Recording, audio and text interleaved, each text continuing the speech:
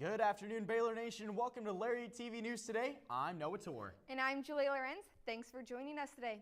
Federal Judge Robert Pittman issued orders that unseal a number of depositions and affidavits in the Jane Doe 1 through 10 cases, including departure settlements with former head coach Art Briles, Ian McCaw, and former Associate Athletic Director Tom Hill. The deposition by Waco businessman Greg Kelper that first exposed alleged racist comments made by the former chairman of the Baylor Board of Regents, Richard Willis, was also ordered unsealed.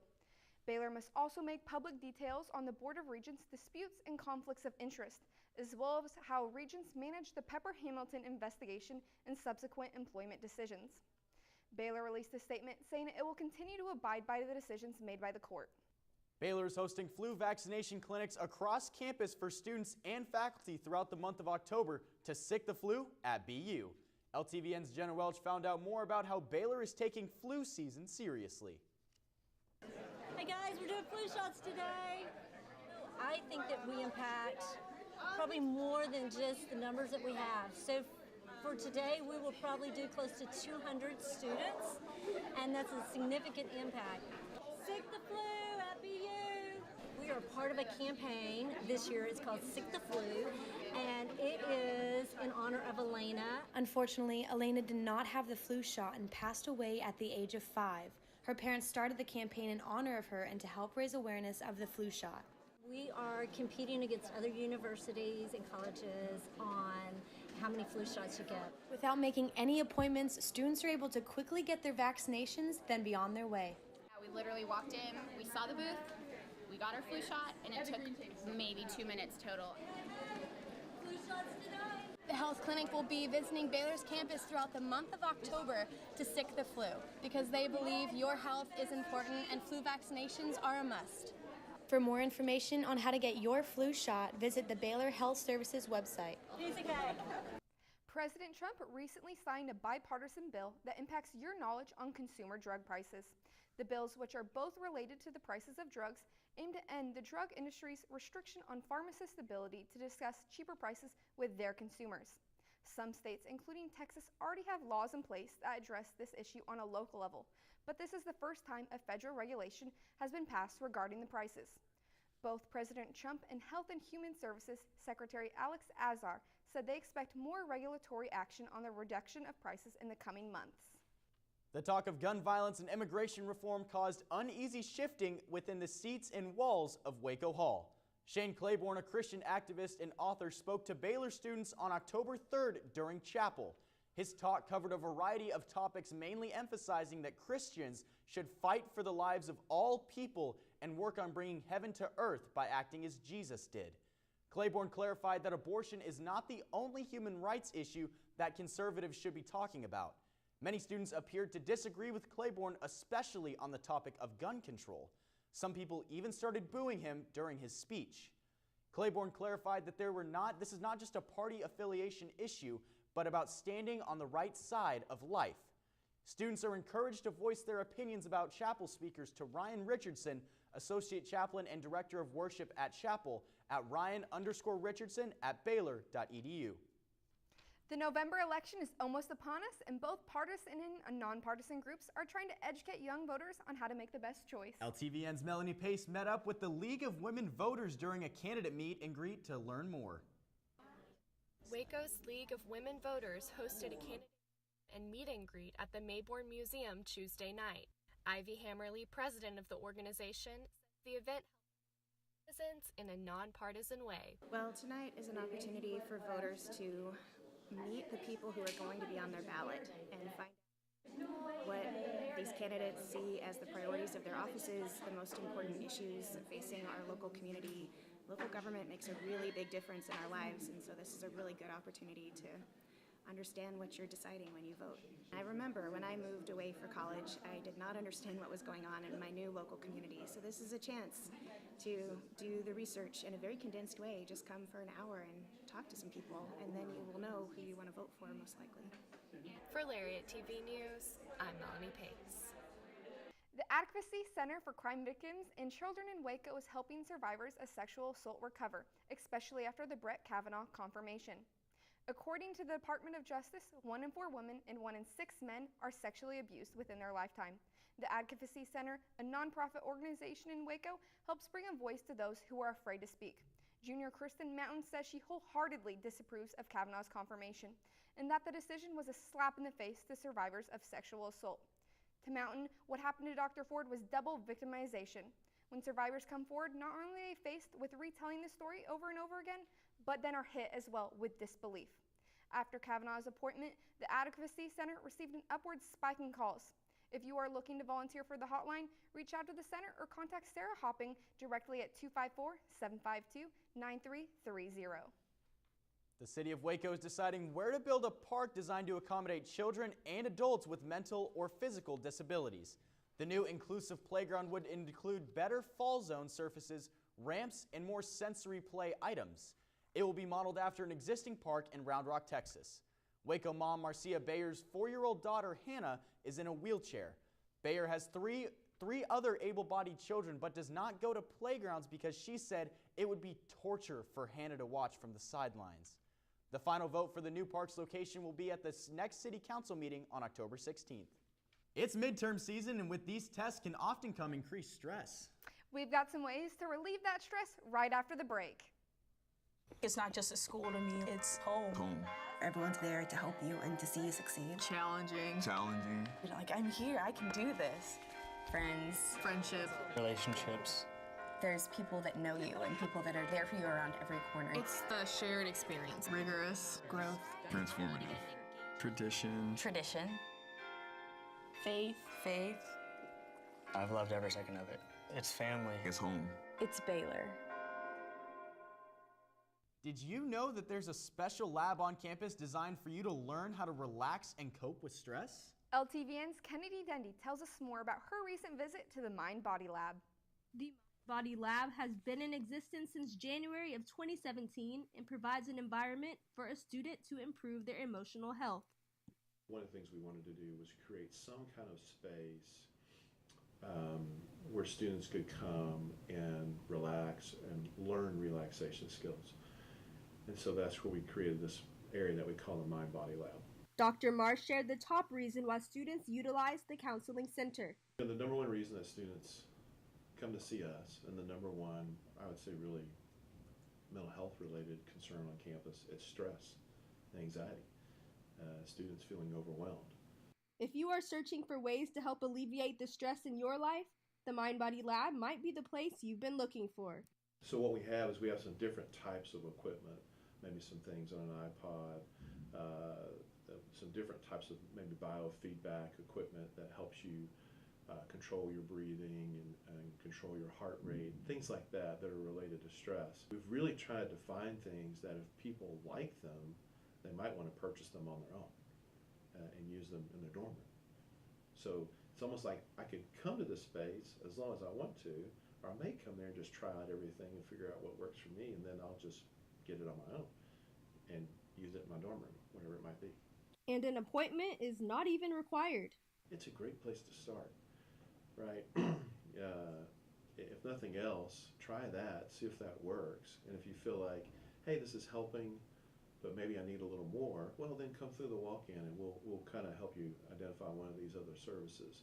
But this is there. It's, you don't have to have an appointment. You can just show up and use it. So certainly we're hoping that more students will take advantage of it. For Lariat TV News, I'm Kennedy Dendy. After a long and controversial process, the city of Waco finally bought land for a new landfill. The question now is, how will the city make this landfill last longer than the last one? Chuck Dowell, Director of Public Works, presented potential initiatives to prolong the landfill's use earlier in the month. Some of these initiatives include district-wide cleanups as well as providing more recycling kiosks to the city. 40% of the Waco population participates in the recycling and yard trimming cart programs, but there is still work to be done. Many of Dowell's plans have a tentative deadline of 2019. Kolache lovers unite. Baylor celebrated 100 years of Czech independence this week through a variety of on-campus events. Hinek Kamoniček, ambassador of the Czech Republic to the United States, even came to speak and help Baylor celebrate. Students and Waco residents have discovered through the presence of the popular Kolache pastry shop, Czech Stop, that Central Texas has a unique tie to Czech history, especially in the city of the West. He gave a lecture on Thursday in Armstrong Browning Library titled Lessons on Freedom, Perspectives on the Past, Prospects for the Future.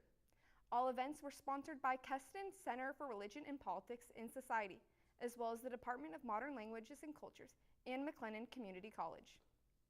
Student Learning and Engagement launched the very first student-led Baylor History Tour on Friday, engaging its guests in the rich history of a university older than the state of Texas itself.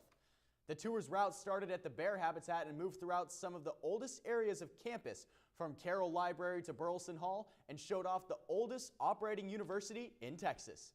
Tours are offered at 1:30 and 3:30 on Fridays, and those interested can register on the Student Learning and Engagement website. While having only 2 tour guides currently, the team plans to grow, and Baylor History Tours is currently hiring students to serve as guests. To apply, email buhistorytours@baylor.edu to receive an application. Local artists are displaying their works in the Cultivate 712 Gallery to combat slavery and ignite hope. Unbound is an anti-sex trafficking organization that branched out of Antioch Community Church. The art being displayed represents the hope and travesty of sex trafficking. Any proceeds from the work sold at the exhibit will go directly toward Unbound. The Unbound art exhibit will be on display until October 29th. Check out the website waco712.com to find out more information. World Mental Health Day was observed October 10th, and as a way to bring awareness about mental health issues around the world, LTVN's Kennedy Dendy talked to students about this widespread issue that demands attention. Baylor's NAACP and NPHC joined together to gather and talk about how mental health has taken a toll on the society. You are not alone in whatever you are going through. As hard as it seems right now, there is light in your situation because you are light. Take the initiative upon yourself to take care of yourself. Even if no one is checking on you, know that you can check on yourself and that you have the strength within you to check on yourself. Panelists had the opportunity to share about their experiences and provide encouragement to students facing this widespread issue that affects more people than most realize. So NPHC and NAACP wanted to host this panel just to highlight mental health as an issue and as a stigma within the Black community. We feel like often people don't talk about it because it's taboo, or we have this complex to where it seems like we need to be strong all the time. So just to create a vulnerable space and to let students know that there are resources for them that they can utilize here at Baylor. Whenever we don't talk about this, we just bottle this up, we let it fester, and it's so easy for it to bubble and boil over, and for us to hurt ourselves by not talking about it, by repressing it, and by just ignoring it. And nothing is going to get changed unless we actively talk about it, unless we actively work on fixing it. And so that's why it's really important that we just don't stay silent about mental health. I think it's really important for us to destigmatize the narrative behind mental health. When we view mental health, we think of it more as an illness, and we think of statistics and how people are suffering, but we don't think about the humans behind the statistic, and we don't think about the healing that comes with mental health. We're staying in kind of like that down episode a little bit longer than we usually are, for like more than 3 to 4 weeks. Can't seem to get ourselves up out of those dark spells. That's usually a sign that, we're kind of not on the right path and we're probably struggling with some mental health issues. World Mental Health Day is celebrated annually on October 10th as a way to raise awareness of the mental health issues around the world. For Lariat TV News, I'm Kennedy Dendy. After last week's nail-biting win over the K-State Wildcats, the Bears head down the road this weekend to take on the University of Texas. Sports with Jenna is coming up right after the break. It's not just a school to me, it's home. Home. Everyone's there to help you and to see you succeed. Challenging. Challenging. You're like, I'm here, I can do this. Friends. Friendship. Relationships. There's people that know you and people that are there for you around every corner. It's a shared experience. Rigorous. Growth. Transformative. Tradition. Tradition. Faith. Faith. I've loved every second of it. It's family. It's home. It's Baylor. Baylor heads to Austin this weekend to take on the red-hot Longhorns, and the main concern for Baylor is how the defense will fare against UT. This is back. That's the narrative that UT's been riding for the past 3 weeks, and after beating Oklahoma, Tom Herman and his Longhorns are feeling good going into this weekend. But Matt Rule and Baylor have also been changing narratives this year, and a win against Texas could set the new standard Rule is searching for. But in order to do that, Rule says his defense needs to compete at a higher level. Like anyone else, when they're running the football well, they become really hard to defend, and they're running the football well. So, we'll have our work cut out for us on defense, and but that's every week, And UT is averaging more than 150 yards a game rushing and over 250 yards passing. But on the flip side, Baylor's averaging 174 yards rushing and over 320 yards passing per game. While the stats may favor Baylor, Rule says his team needs to finish the job and cut out the big mistakes this week. We just have to play better. I mean, as dumb as that might sound, as simple as that might sound, guys have to get off some box and make some plays, and that we're not really doing that at the highest of levels right now. Catch the Bears in action this Saturday at 2:30 against the University of Texas. With Lariat TV News, I'm Noah Torr. Coming off a tough loss against Kansas, the 24th ranked Lady Bears volleyball team got back on track against TCU on Wednesday in the Farrell Center. LTVN's Savannah Cooper has the story. Bears' depth chart was put to the test after losing their star outside hitters Yasiana Presley and Anaya Philo in their midweek match. The Horned Frogs were able to get ahead in the first set 25-18, while Baylor was still adjusting, but unexpected emerging leaders including redshirt junior middle blocker Jalen Jackson and freshman outside hitter Bree Coleman came off the bench and made meaningful contributions of 7 and 11 kills each. Baylor head coach Ryan McGuire saw his team secure a win in an all-hands-on-deck effort, highlighting their depth. I'm glad we figured out a way to win this match for sure, and it was all hands on deck. Like I said, we had maybe 4 or 5 players that played less than 5 sets this season come in and contribute significantly, not like just come in and serve a ball, but like come in and dig balls, hit balls, swing balls, and block some balls. Tonight, Coleman saw everyone step up, which led to this home Big 12 victory. Well, they're definitely 2 big players, but I think we really have a lot of depth on the team, so fitting in the pieces was kind of difficult, but everyone contributes, and everyone really stepped up to where they needed to. This weekend, the Lady Bears will pack their bags and head to Morgantown Saturday to take on the West Virginia Mountaineers. Reporting for Lariat TV News, I'm Savannah Cooper. The 24th ranked Bears take on West Virginia tomorrow at the Farrell Center at noon. In the midst of a perfect home record, Baylor soccer looks to continue their incredible streak against Oklahoma State this Saturday at 7 p.m. After the Bears' big win against the Iowa State Cyclones, they moved up 10 spots in the polls from number 24 to number 14.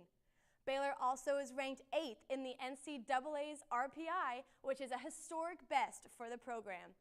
Going into the last 3 weeks of regular season play, Baylor has 4 matches left, all of which are at home, which bodes well for the Bears considering their undefeated record at Betty Lou Mays Field.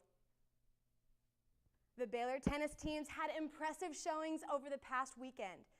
For the men, they competed in the ITA All-American Championships, and senior Jimmy Bendick and sophomore Sven Law dominated the duo competition. The two beat Ohio State in a tiebreaker set and captured first in doubles for the first time in Baylor history. On the women's side, the Bears competed in the HEB Invitational. While they didn't come away with a title, 4 Bears combined to go 10-4 in singles action. The Lady Bears return to action in the ITA Texas Regionals on October 18th, and the men return to action October 13th. And that's your sports update for this Friday. Thanks for watching Lariat TV News today. Don't forget to check out the new Lariat Alive feature in the print edition of our newspaper. Be sure to catch us here next week. Have a great day.